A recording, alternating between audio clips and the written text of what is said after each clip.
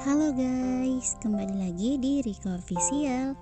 Jangan lupa like, comment, and subscribe ya. Aku menggeliat saat tidurku terasa kurang nyaman. Berusaha untuk mencari posisi yang nyaman, tapi tetap saja tidak aku temukan.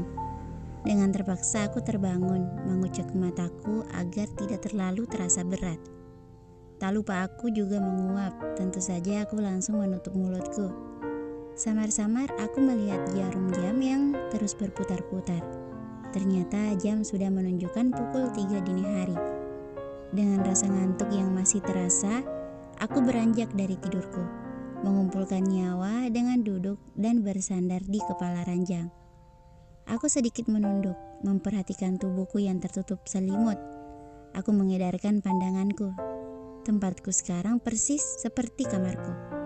Dengan raut wajah bingung, aku bergumam, "Loh, kok bisa di kamar? Bukannya tadi di ruang makan?" Aku bergidik ngeri. Aku menelan ludahku susah payah. Siapa yang bawa aku ke sini? Aku mengelus-elus dadaku. Astagfirullah, nambah beban pikiran aja, ujarku sambil menggaruk kepalaku yang masih terbalut jilbab. Karafka mana? Ya ampun, sampai lupa. Karafka udah makan atau belum ya? Ujarku sambil melompat dari tempat tidur. Aku langsung berlari kecil keluar kamar. Aku menuruni tangga dengan terburu-buru. Karafka udah makan atau belum ya?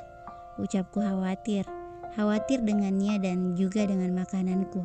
Takut jika makananku tidak dimakan, sedangkan aku sudah meluangkan waktu untuk memasak itu. Langkahku terhenti di ruang makan, menatap heran ke arah meja makan.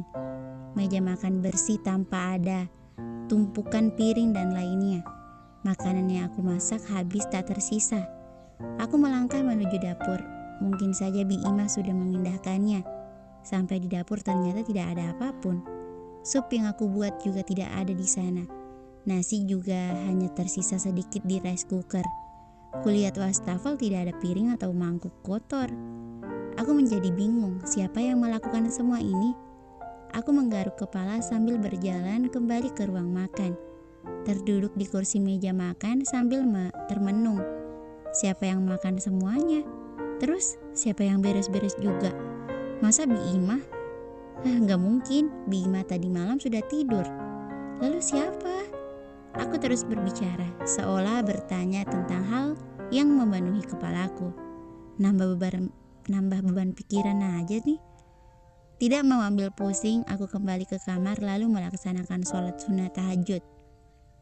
Daripada memikirkan sesuatu yang menambah beban pikiran, lebih baik sholat supaya beban pikiran jadi berkurang. Rakaat demi rakaat aku kerjakan dengan baik dan khusyuk. Namun sekeras apapun aku mencoba, sholat dengan khusyuk tetap hasilnya nihil. Aku selalu saja memikirkan hal-hal lain, terutama hal dunia. Padahal sudah jelas-jelas aku sedang beribadah untuk akhiratku. Tetapi bisa-bisanya aku memikirkan perihal duniaku. Malu, satu kata yang mendeskripsikan perasaanku saat ini. Rasanya aku sangat malu pada Allah. Di saat aku sedang mencari bekal untuk akhirat, bisa-bisanya aku malah memikirkan tentang dunia. Malu sekali rasanya di saat aku sedang menyembah Allah, berserah, mengadu padanya, aku justru memikirkan dunia. Ampuni hamba ya Allah. Ya Allah, ya Tuhanku, hamba kembali berserah dan mengadu padamu. Untuk kesekian kalinya hamba datang dan meminta padamu. Ya Allah yang Maha Pemurah, ampunilah dosa-dosa hamba. Karafka, Umi dan Abi, terimalah amal ibadah kami. Ya Allah, lindungilah hamba. Karafka, Umi, Abi dimanapun kami berada. Jauhkanlah kami dari segala macam mara bahaya. Ya Allah, limpahkanlah rezekimu kepada hamba. Karafka, Umi dan Abi. Jadikanlah kami orang-orang yang sukses dunia dan akhirat. Ya Allah, jagalah selalu rumah tangga hamba dan Karafka. Jauhkanlah rumah tangga kami dari perpecahan. Begitu juga dengan rumah tangga Umi dan Abi. Ya Allah, hanya kepada Engkau hamba memohon. Hamba mohon ya Allah, kuatkanlah hamba. dalam menghadapi semua ujian ini. Jadikanlah hamba sabar dan ikhlas atas segala ketentuan-Mu. Ya Allah, jadikanlah hamba istri yang penyabar, sabar dalam menghadapi segala ujian rumah tangga hamba. Ya Allah, jadikanlah hamba benar-benar sabar dalam menghadapi Kak Rafka. Lembutkan hatinya agar ia bisa menerima hamba, ya Allah. Untayan demi untayan doa aku panjatkan dengan suara bergetar, bersamaan dengan air mata yang terus saja menetes. Air mata yang terus menetes membuat dadaku semakin sesak. Hatiku berdenyut sakit. Aku kuat, aku tidak lemah. Ya Allah, Engkau maha membolak-balikkan hati manusia. Tetapkan dan teguhkan hati hamba hanya padamu. Jadikan hati hamba semakin cinta padamu. Ya Allah, hamba sangat mencintaimu. Jangan biarkan hamba jatuh darimu, ya Allah. Hamba mencintaimu. Pecah sudah air mataku, aku semakin terisak. Ya Allah, ya Tuhanku, Sang pemilik hati, hamba mohon padamu, ya Allah, luluhkan hati Kak Rafka, jadikan ia ikhlas atas segala takdir-Mu. Ya Allah, lembutkan hati Kak Rafka, agar ia bisa menerima hamba, menghargai keberadaan hamba. Ya Allah, maafkan hamba yang seringkali mengeluh, maafkan hamba yang seringkali membuat suami hamba marah. Maafkan hamba ya Allah yang izinkan hamba berbakti pada suami hamba. Hamba mohon, ya Allah, jika memang Kak Rafka bukanlah orang yang Engkau takdirkan untuk hamba, maka jauhkanlah hamba dengannya. Namun jika ia memang orang yang Engkau takdirkan untuk hamba, maka dekatkanlah hamba dengannya. Ya Allah, Engkau yang maha tahu, Engkau tahu apa yang terbaik untuk hamba-Mu. Hamba serahkan semua kepadamu. Rabbana atina fid dunya hasanah wa fil akhirati hasanah wa qina azabannar. Amin amin ya rabbal alamin. Kututup doaku dengan membaca surah Al-Fatihah. Di lain tempat Rafka juga terbangun. Ia tidak bisa tidur. Sejak tadi malam ia terus memikirkan Syakila. Dia tidak berencana untuk memikirkan Syakila, tetapi otaknya memaksa agar dirinya terus memikirkan istrinya itu.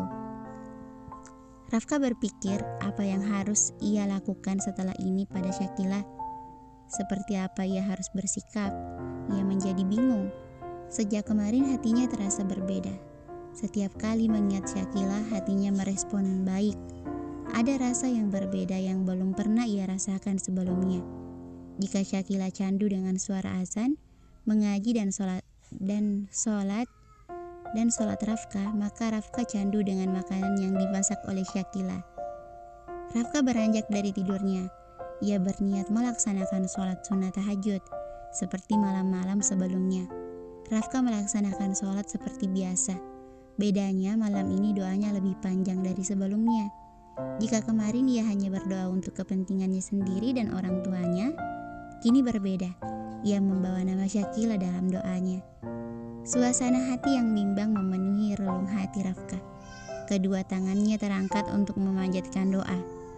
Ya Allah, untuk kesekian kalinya hamba datang untuk mengadu padamu, meminta pertolongan padamu. Ya Allah, ampunilah segala dosa-dosa hamba.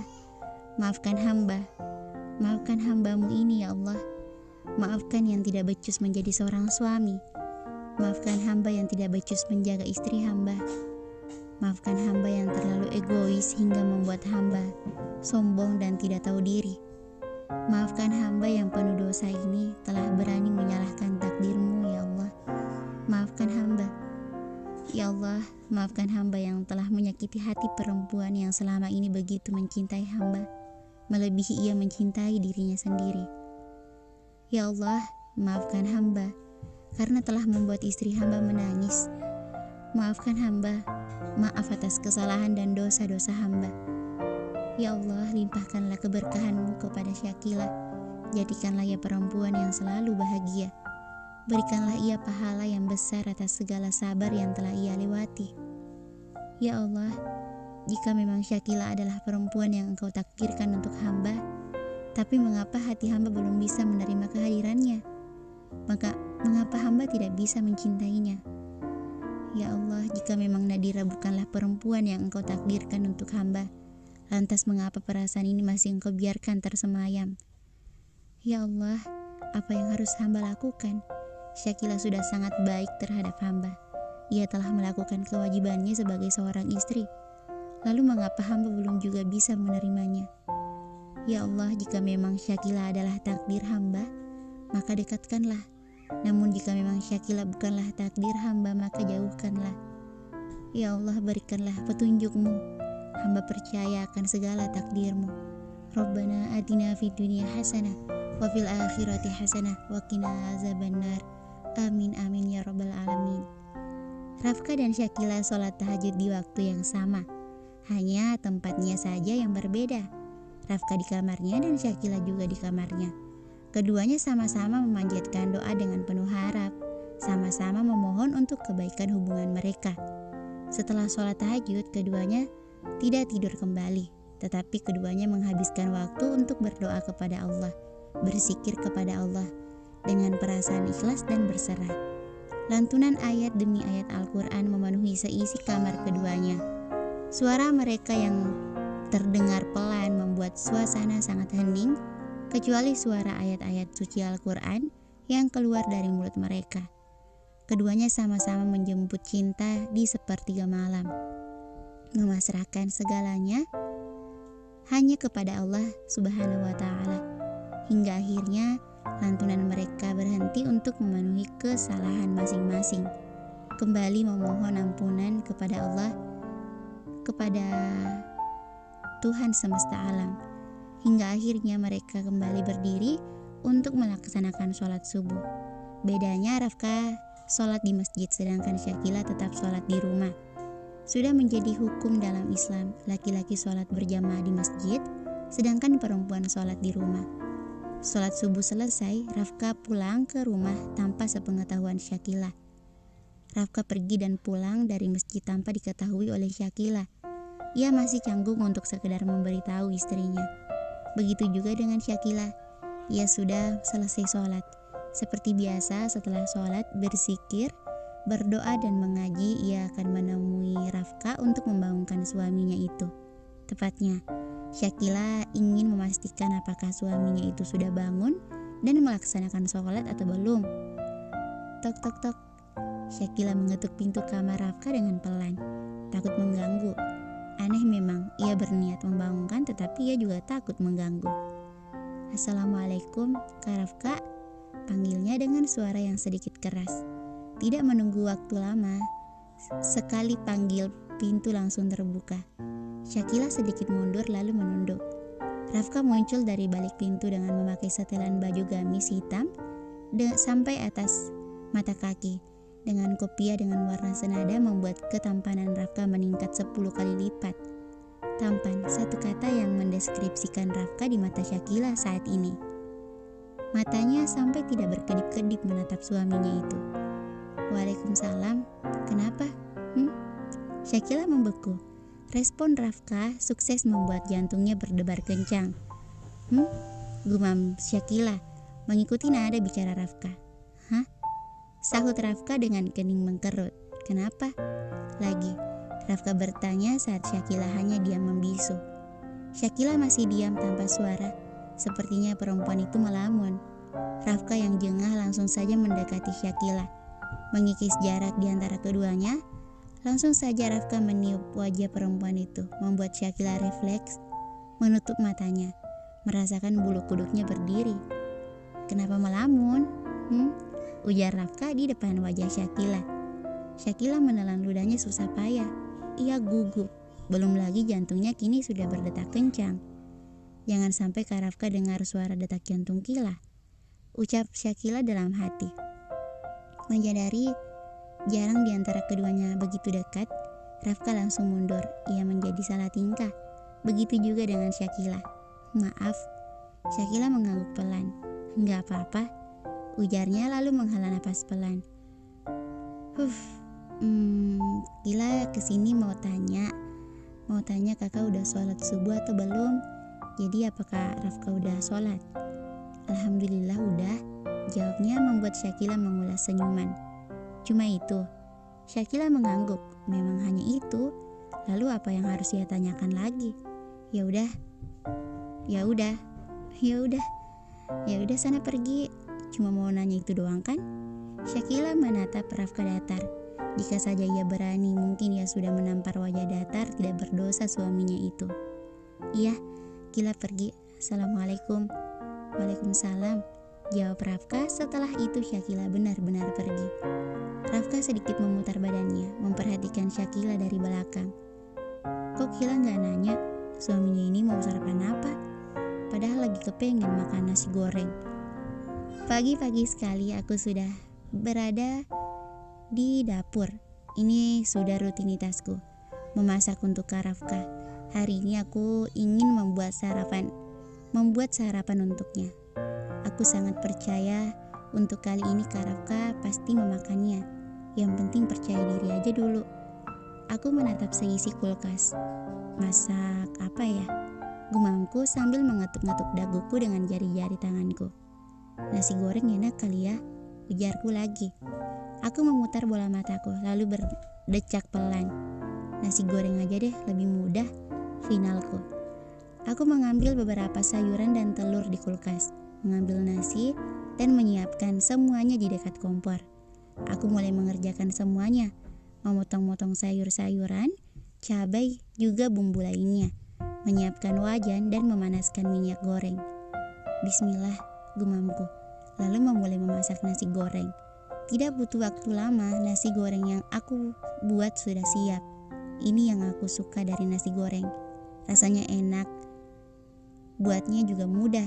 Setelah siap, aku memindahkannya ke dalam mangkuk besar dan menyimpannya di atas meja makan. Siap sudah, tinggal memanggil Kak Rafka untuk turun sarapan. Aku melangkah menuju lantai atas.